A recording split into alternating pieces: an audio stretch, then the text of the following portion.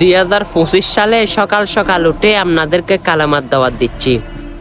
শীতে ঘুম থেকে ওঠা কতদিক কষ্টদায়ক সবাই কিন্তু জানেন। সে কষ্টের মাধ্যমে আল্লাহ এবং আল্লাহ রাসূলকে পাওয়ার জন্য আপনাদেরকে কালেমার দাওয়াত দিয়ে যাচ্ছি।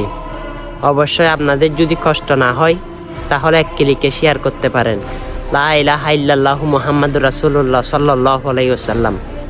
হ্যাঁ, আপনারা এত কষ্ট করে দেখতেছেন, শেয়ার করে দিলে তো আপনার কারণে অনেকজন দেখতে পারে। ভিডিওটা শেয়ার করে দেন। আমিন।